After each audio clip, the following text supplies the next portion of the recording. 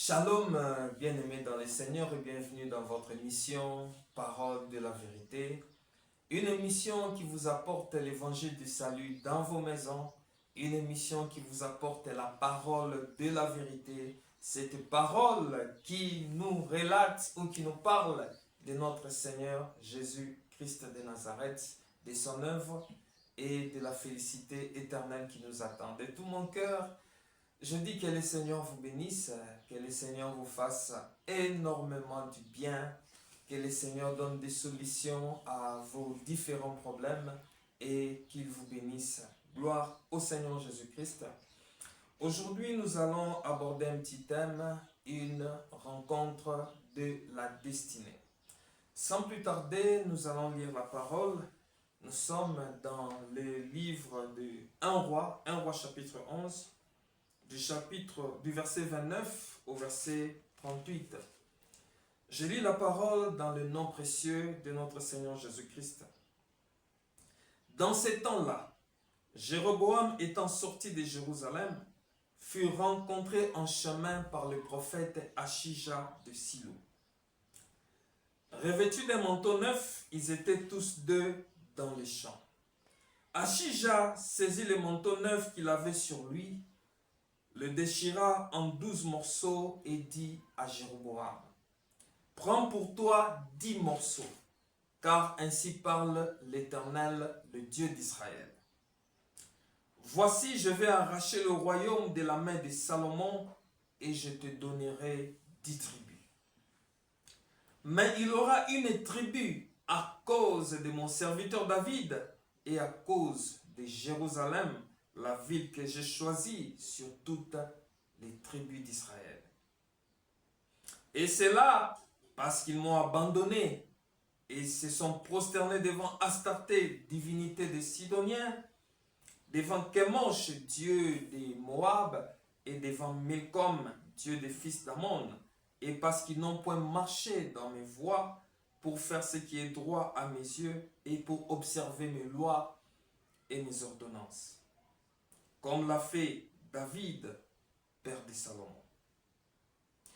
Je n'ôterai pas de sa main tous les royaumes, car je le maintiendrai prince tous les temps de sa vie. À cause de David, mon serviteur, que j'ai choisi, et qui a observé mes commandements et mes lois. Mais j'ôterai le royaume de la main de son fils, et je t'en donnerai 10 tribus. Je laisserai une tribu à son fils, afin que David, mon serviteur, ait toujours une lampe devant moi à Jérusalem, la ville que j'ai choisie, pour y mettre mon nom. Je te prendrai et tu régneras sur tout ce que ton âme désirera. Tu seras roi d'Israël. Si tu obéis à tout ce que je t'ordonnerai, si tu marches dans mes voies et fais ce qui est droit à mes yeux, en observant mes lois et mes commandements comme l'a fait David mon serviteur, je serai avec toi. Je te bâtirai une maison stable comme j'en ai bâti une à David et je te donnerai Israël. Gloire au Seigneur Jésus-Christ. Avant de pénétrer à fond dans notre sujet, j'aimerais un peu expliquer ce que nous appelons une rencontre de la destinée. Une rencontre de la destinée, c'est une rencontre où Dieu te donne un aperçu, un tableau général de ta destinée. Il te dit où est-ce qu'il te prend et où est-ce qu'il veut t'amener et surtout ce qu'il attend de toi. Tu reçois de lui des instructions claires et précises. Dieu ne te parle pas seulement de la gloire qui t'attend, mais il te parle aussi des difficultés, des obstacles qu'il y aura dans ton parcours. Et il te donne également la conduite à tenir pour te maintenir dans la gloire où il veut t'amener. Gloire au Seigneur. Dans le texte que nous venons de lire, Jéroboam, serviteur de Salomon, va rencontrer dans le champ le prophète Achija de Silo. La Bible dit que le prophète Achija de Silo était revêtu d'un manteau neuf.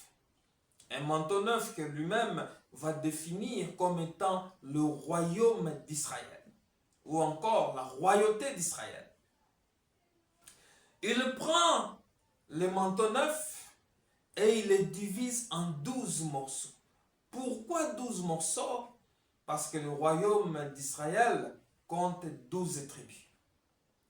Après l'avoir divisé en 12 morceaux, il prend 10 morceaux. Il donne à Jéroboam et lui dit, ainsi parle l'Éternel, le Dieu d'Israël. Il va arracher le royaume à Salomon et va te donner 10 tribus.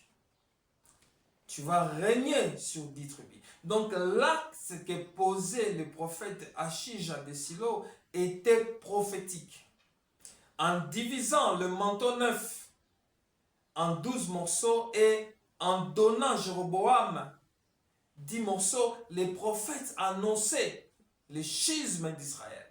Il annonçait que le royaume allait être divisé et que Dieu donnerait 10 tribus à Jéroboam. Et que Jéroboam régnerait sur 10 tribus. La question qu'on se pose, pourquoi Dieu ne se limite pas à dire à Jéroboam, Jéroboam, tu vas régner sur 10 tribus. Tu seras roi d'Israël et tu vas régner sur 10 tribus. Pourquoi Dieu ne se limite pas à lui dire ça? Dieu lui dit que ce royaume que je te donne, je l'ai arraché à Salomon. Pourquoi Dieu insiste pour lui dire qu'il a arraché à Salomon? Est-il nécessaire que Jéroboam sache que le pouvoir ou le royaume que Dieu lui donne, il a arraché à Salomon? Est-il nécessaire? Oui, cela est bien sûr nécessaire. Il faut que Jéroboam le sache. Pourquoi Jéroboam doit savoir cela? Premièrement, parce que Jéroboam doit savoir que l'Éternel Dieu est souverain et il est le maître du pouvoir. Il le donne à qui il veut. Le pouvoir lui appartient. Il le donne à qui il veut. Vous voyez un peu cela? Le fait de reconnaître que le pouvoir appartient à l'Éternel et qu'il le donne à qui il veut, c'est une forme d'invitation à la reconnaissance. C'est que Jéroboam doit reconnaître que ce qu'il a vient de l'Éternel. Et Dieu aime la reconnaissance. L'Écriture nous dit dans Proverbes chapitre 3 versets 5 à 6, la Bible dit « Confie-toi à l'Éternel et ne t'appuie pas sur ta sagesse. Reconnais-le dans toutes tes voies et il aplanira tes sentiers. » Si tu veux que le Seigneur aplanisse tes sentiers, tu dois apprendre à le reconnaître dans toutes tes voies. C'est pourquoi même dans Deutéronome 8, Dieu dit au peuple d'Israël, lorsque tu mangeras et te rassasieras, tu béniras l'Éternel ton Dieu, qui t'a donné ce bon pays. Même lorsque tu manges, tu te rassasies, bénis l'Éternel qui t'a donné ce que tu as. Même lorsque tu bâtiras des grandes, des belles maisons, reconnais l'Éternel. Garde ton cœur afin de ne pas tomber dans l'orgueil. Reconnais l'Éternel. Celui qui reconnaît que ce qu'il a vient de l'Éternel sera humble. Il ne va pas minimiser les autres parce qu'il sait que ce n'est pas parce que je suis fort, ce n'est pas parce que j'ai travaillé dur, mais c'est parce que l'Éternel a jugé bon de me donner. La reconnaissance. Vous voyez un peu cela? Donc, premièrement, Dieu voulait que Jéroboam soit reconnaissant envers lui. Parce que la reconnaissance nous protège contre l'orgueil. Pourquoi je vais me glorifier pour ce qui m'a été donné? pour ce que je n'ai pas mérité. On me l'a donné. Donc si Dieu voulait que Jéroboam le sache, c'est pour qu'il apprenne que tout vient de l'Éternel, afin qu'il puisse développer la reconnaissance. Dieu ne lui a pas seulement dit cela pour qu'il sache que tout vient de Dieu, mais Dieu lui a dit cela pour le mettre également en garde. De même que j'ai arraché à Salomon le pouvoir, le royaume, de même aussi je peux te l'arracher si tu ne te conformes pas à ma volonté. C'est très important que Jéroboam le sache. Dieu a arraché à Salomon, oui. S'il a arraché à Salomon, il peut aussi te l'arracher. Alors c'est une mise en garde. Jéroboam a fait attention. Et lorsque Dieu lui dit qu'il a arraché le pouvoir à Salomon, Dieu ne se limite pas là. Dieu lui dit aussi pourquoi il a arraché le pouvoir à Salomon. Parce que si Dieu ne lui dit pas cela, il serait injuste. Je l'ai arraché à Salomon, oui, mais pourquoi tu l'as arraché à Salomon? Dieu va parler à Jéroboam. Écoutez, au verset 33 de 1 Roi chapitre 11 toujours, la Bible dit, et c'est là parce qu'ils m'ont abandonné. Vous voyez, Dieu a arraché le pouvoir parce qu'ils l'ont abandonné, c'est-à-dire lui ont tourné le dos. Ils ont préféré se tourner vers d'autres divinités. Ils m'ont abandonné et se sont prosternés devant Astarté, divinité des Sidoniens, devant Kemosh, devant Milcom. Vous voyez, ils m'ont abandonné, se sont tournés vers d'autres dieux. Ils ont brisé mon alliance. Ils ont préféré célébrer d'autres dieux à ma place. C'est pourquoi je lui ai arraché le royaume. Il dit, parce qu'ils n'ont point marché dans mes voies pour faire ce qui est droit à mes yeux. Ça veut dire qu'ils ont fait des choses pour m'irriter. Ils ont irrité l'Éternel par leur comportement. Ils n'ont pas fait ce qui est droit à mes yeux et n'ont pas observé mes lois et mes ordonnances comme l'a fait David, père de Salomon. Ils n'ont pas observé mes lois et mes ordonnances. Ça veut dire qu'ils ne me craignent pas. Ils font ce qu'ils veulent. Ils foulent aux pieds mes commandements, mes lois. C'est la raison pour laquelle je l'ai arraché le pouvoir. Je lui ai arraché le royaume. Jéroboam, tu dois le savoir. Pourquoi tu dois le savoir? Pour ne pas commettre les mêmes erreurs que Salomon. Parce qu'à cause de ces erreurs, je lui ai arraché le pouvoir. Dieu lui dit cela pour qu'il ne commette pas les mêmes erreurs que Salomon. Lorsque Dieu nous parle des autres ou lorsque on nous demande de nous inspirer de la vie des autres, c'est pour tirer des leçons. Lorsque la Bible nous parle de l'adultère de David, par exemple, ce n'est pas pour humilier David, mais c'est pour que nous puissions tirer des leçons de la vie de David. Qu'est-ce qui a causé sa chute? Pourquoi il est tombé? Et comment devons-nous faire pour ne pas commettre les mêmes erreurs? Cela nous est donné pour nous servir d'exemple. Comme le dit 1 Corinthiens chapitre 10 verset 11. La Bible dit ces choses leur sont arrivées pour nous servir à nous d'exemple. Vous voyez un peu cela? Afin que nous puissions tirer instruction de ce qui est écrit. Jéroboam fait attention afin de ne pas tomber dans l'erreur de Salomon. Dieu ne lui dit pas seulement pourquoi il a arraché le pouvoir à Salomon, parce qu'il n'a pas seulement arraché le royaume. Il y avait 10 morceaux, mais il n'a donné à Jéroboam que 10 morceaux.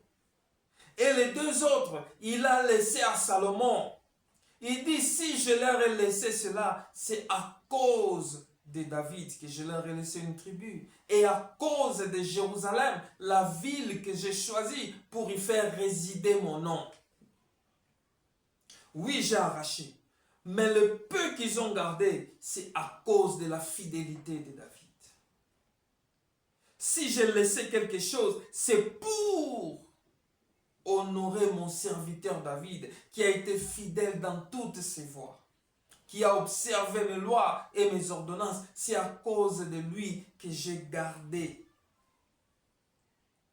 une seule tribu. Et à cause de Jérusalem, que j'ai choisi pour faire résider mon nom, parce que David ne peut pas manquer une lampe à Jérusalem. Dieu lui dit pourquoi il a laissé les 10 tribus, à cause de la fidélité de David. Une façon de dire à Jéroboam, si tu veux garder le royaume, si tu veux garder la royauté, la gloire que je te donne, obéis à mes lois et à mes ordonnances comme l'a fait David. C'est pourquoi, lorsque nous craignons Dieu aujourd'hui, tout ce que tu fais pour Dieu aujourd'hui, la crainte que tu as pour Dieu aujourd'hui, profitera aussi à ta postérité. Tout ce que tu fais aujourd'hui pour Dieu profitera à ta postérité. Crains Dieu, obéis à ses lois et à ses ordonnances. Et Dieu se souviendra même de ta postérité. Nous l'avons vu avec Mephibosheth. David a envoyé qu'on aille chercher Mephibosheth qui était à Lodebar, un homme qui était perclus de pieds. Mais David le fait venir pour lui faire du bien et il entre dans le palais royal, ce qui était interdit pour les infirmes. Mais David le fait pourquoi? À cause de Jonathan, père de Mephibosheth. Et même dans Genèse chapitre 26, écoutez ce que Dieu dit à Isaac, fils d'Abraham.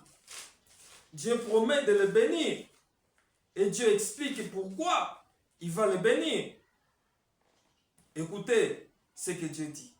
Genèse chapitre 26, verset 3. Je vais descendre jusqu'au verset 5. Séjourne dans ce pays, je serai avec toi et je te bénirai. Car je donnerai toutes ces contrées à toi et à ta postérité. Et je tiendrai les serments que je fais à Abraham ton père. Je multiplierai ta postérité comme les étoiles du ciel. Je donnerai à ta postérité toutes ces contrées et toutes les maisons, toutes les nations de la terre seront bénies en ta postérité. Verset 5. Parce que Abraham a obéi à ma voix et qu'il a observé mes ordres, mes commandements, mes statuts et mes lois. Vous entendez ce que Dieu dit? Il dit à Isaac, je te multiplierai. Je te bénirai. Pourquoi je le ferai? Parce que Abraham, ton père, a obéi à mes lois, à ma voix. Il a observé mes ordres, mes commandements et mes statuts. Le bienfait des pères profite aussi aux fils. Fais du bien, crains Dieu, marche dans la voie de Dieu. Et Dieu te fera d'abord à toi du bien et il se souviendra aussi de ta postérité. Il dit si Salomon, malgré son péché, il garde encore 2 tribus, c'est à cause de David. Parce que David a obéi à ma voix. Gloire au Seigneur Jésus-Christ. Je le fais parce que David a obéi à ma voix. C'est très important. Vous remarquerez ici que Dieu promet d'abord la royauté à Jéroboam. Et il lui donne cela sans condition. Il ne dit pas fais ceci pour devenir roi, non. Dieu le bénit, il lui donne la royauté sans condition. On déchire les manteaux neufs, on lui donne 12 tribus, tu seras roi d'Israël. Mais, pour maintenant se maintenir dans la royauté, Dieu présente à Jéroboam deux chemins. Le chemin de la perdition, c'est-à-dire pourquoi il a arraché le royaume à Salomon. Ça, c'est le chemin de la perdition. Il dit, si j'ai arraché le royaume à Salomon, voici la raison. Et puis il lui montre le chemin de la bénédiction, de la gloire. C'est quoi? C'est l'obéissance de David. Il dit, s'ils vont garder un royaume, c'est à cause de David. Donc Dieu a présenté à Jéroboam deux chemins. Le chemin de la perdition et le chemin de la réussite. Pourquoi il a arraché les obéissances de Salomon? Pourquoi il laisse deux tribus? À cause de la fidélité de David. Et c'est ce que Dieu fait toujours. À nous, ses enfants, Dieu nous présente toujours deux chemins. Nous sommes dans Deutéronome chapitre 30, verset 19. Deutéronome chapitre 30, verset 19. Écoutez ce que l'Écriture dit. Dieu parle à son peuple. J'en prends aujourd'hui à témoin contre vous, le ciel et la terre. J'ai mis devant toi la vie et la mort, la bénédiction et la malédiction. Choisis la vie afin que tu vives, toi et ta postérité. Dieu dit, j'ai mis devant toi deux chemins, la bénédiction et la malédiction, la vie, la mort. Mais il lui dit, choisis la vie. Donc devant nous, Dieu met toujours des chemins, les chemins de la mort, les chemins de la vie. Mais lui qui connaît toutes choses, il sait ce qui est bien, il te dit, choisis la vie. Tu as le libre arbitre, mais Dieu te donne une orientation qui va te permettre de te maintenir. Choisis la vie. Choisir la vie, c'est choisir le Seigneur Jésus-Christ. Parce que lui seul est la vie. Jean chapitre 14, verset 6. Je suis le chemin, la vérité et la vie. Il dit, choisis la vie. Donc la vie, c'est le Seigneur Jésus. Si tu décides de suivre le Seigneur Jésus-Christ, eh bien, tu as choisi la vie. Tu as choisi le chemin de la bénédiction, la voie du salut, la voie du bonheur. C'est ça. Ce n'est qu'après lui avoir présenté ces deux chemins-là que Dieu va faire appel maintenant à la volonté de Jéroboam, tout en lui orientant, en lui montrant les chemins qu'il doit suivre. C'est pourquoi il lui dit, si tu obéis à ma voix. Je rentre dans notre texte de base. 1 Roi chapitre 11. Je rentre là-bas.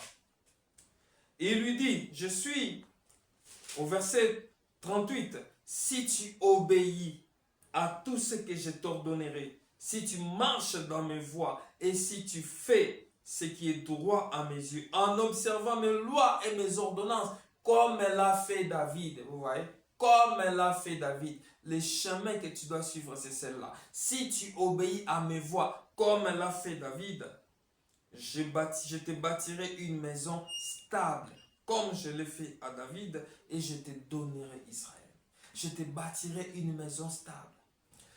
Donc Dieu va laisser la royauté entre vos mains, dans ta maison. Toi et tes fils jouiront de cette bénédiction que tu reçois aujourd'hui.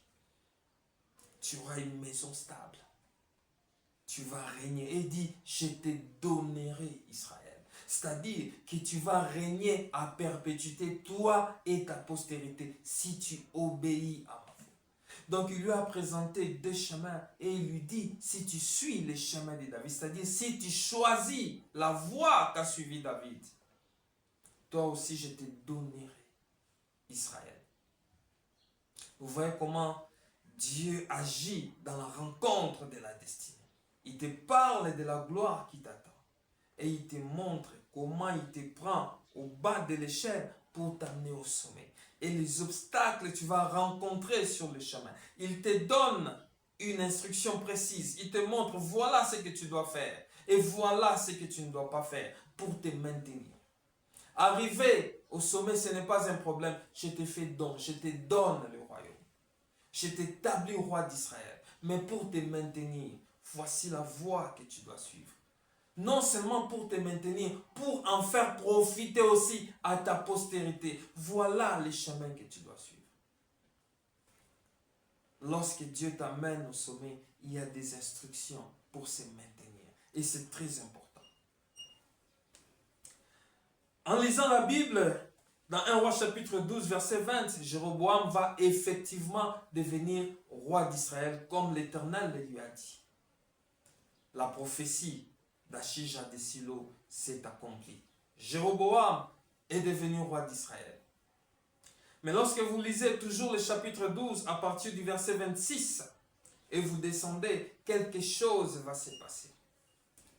Comme Dieu avait laissé 2 tribus à la postérité de David, d'abord une tribu, la tribu de Juda, à cause de David, et Jérusalem, et la tribu de Benjamin à cause de Jérusalem, la ville qu'il a choisie pour faire résider son nom. Les Juifs, tous les Juifs, ceux qui étaient même dans le royaume d'Israël, parce qu'Israël était divisé maintenant en 2, il y avait le royaume de Juda qui dirigeait le fils de Salomon, Roboam, et le royaume d'Israël qui dirigeait Jéroboam, qui fut serviteur de Salomon. Alors, ceux d'Israël allaient adorer à Jérusalem parce que c'est le lieu que l'Éternel avait choisi pour faire résider son nom. Mais comme le peuple se rendait là-bas pour adorer, Jéroboam a commencé à s'inquiéter. Jéroboam a commencé à se dire, si le peuple continue à aller là-bas pour adorer, ils vont à nouveau s'attacher à la postérité de David et ils finiront par se détourner de moi et ils vont me tuer, ils vont me faire du mal. Jéroboam a commencé à s'inquiéter. Bien-aimé, la chute commence lorsque l'on commence à s'inquiéter. Jéroboam a commencé à s'inquiéter. Au lieu de consulter Dieu, Jéroboam va consulter ses amis. Bien-aimé, si tu crois réellement que ce que tu es devenu, c'est Dieu qui t'a amené là. Si tu crois que ce travail, ce poste, ce niveau où tu es arrivé, c'est Dieu qui t'a placé là. Alors si tu rencontres des difficultés, retourne vers celui qui t'a placé là. Parce que celui qui t'a placé là a les solutions aux problèmes liés à ta destinée. À l'exemple de Moïse. Lorsque Dieu envoie Moïse, va libérer mon peuple qui est en Égypte, Moïse arrive là-bas, il rencontre des difficultés. Il dit à Pharaon, laisse aller mon peuple. Je suis dans Exode chapitre 5. Laisse aller mon peuple. Pharaon répond à Moïse, qui est l'Éternel pour que j'obéisse à sa voix? Je ne le connais pas et je ne libérerai pas le peuple. Et Pharaon a augmenté la souffrance du peuple. Mais qu'est-ce que Moïse a fait? Moïse n'a pas fui. Moïse n'a pas commencé à se lamenter. Moïse est retourné vers l'Éternel. Je suis dans Exode chapitre 5. Je prends le verset 22 à 23. Écoutez ce que Moïse dit à Dieu. Moïse retourna vers l'Éternel. Vous voyez la bonne attitude. Il retourna d'abord vers l'Éternel.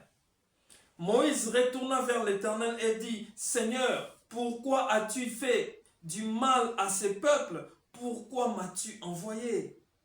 Depuis que je suis allé vers Pharaon pour parler en ton nom, il fait du mal à ce peuple et tu n'as point délivré ton peuple. Vous voyez, Moïse est retourné vers celui qui l'avait envoyé. Parce que C'est à l'Éternel qu'il doit rendre compte. Dieu t'a élevé, Dieu t'a béni, il t'a placé au sommet. Puisque c'est Dieu qui t'a placé là. Si tu rencontres des difficultés, retourne vers l'Éternel et il te donnera des solutions. Retourne vers l'Éternel. Parce que Jéroboam s'est inquiété. Celui qui s'inquiète cherche des solutions par ses propres moyens. C'est pourquoi la Bible dit, ne vous inquiétez de rien. Mais en toutes choses, faites connaître vos besoins à Dieu par des prières, des supplications et des actions de grâce. Retourne vers l'Éternel. Les choses ne marchent pas. Oui, c'est bien, mais qui t'a placé là? Retourne vers celui qui t'a placé là et il te donnera des solutions à ton problème. Il te délivrera de toutes les difficultés qu'il y a autour de toi. Retourne vers l'Éternel. Mais Jéroboam, au lieu de faire cela, Jéroboam a commis exactement le péché de Salomon. Il s'est fait des prêtres, il a fait des veaux d'or pour amener le peuple à adorer à Jérusalem. Et cela a engendré la colère de l'Éternel. Et l'Éternel va décider maintenant de les frapper, de les humilier. Jéroboam, Dieu t'avait présenté deux voies. La voie de la perdition et la voie du salut. Je vais chuter en te disant que l'Éternel met toujours devant nous deux voies. Et lorsque le Seigneur nous parle de notre destinée, le Seigneur nous parle aussi des obstacles liés à la destinée. Mais Dieu qui est bon nous donne toujours une conduite à tenir. Observe la loi de l'Éternel. Observe bien ce que Dieu t'a dit. Et lorsque tu rencontres des difficultés dans ton parcours, reviens vers l'Éternel qui t'a placé là. Et Dieu donnera des solutions. Parce que lorsque Moïse est revenu vers l'Éternel, c'est alors que Dieu va lui dire maintenant, une main puissante forcera Pharaon à libérer mon peuple. Et Dieu a annoncé des grands jugements contre Pharaon pour qu'il libère le peuple. Dieu annonce à Moïse qu'il forcera Pharaon à le faire. Moïse a été fortifié et Moïse a continué à se rendre vers Pharaon pour lui porter l'ainsi dit l'Éternel. Bien-aimé, quand tu as des difficultés, retourne vers l'Éternel. Le Dieu qui t'a placé là a des solutions. Si tu te maintiens dans l'inquiétude, tu chercheras des solutions en dehors de l'Éternel. Et cela ne va pas te profiter. Restons dans la voie de Dieu. Restons dans la voie qu'il nous montre et qu'il nous demande de choisir. Et le Seigneur nous bénira. C'est par là que nous allons nous arrêter. Que le Seigneur vous bénisse. Aimez la vidéo et partagez. Ciao.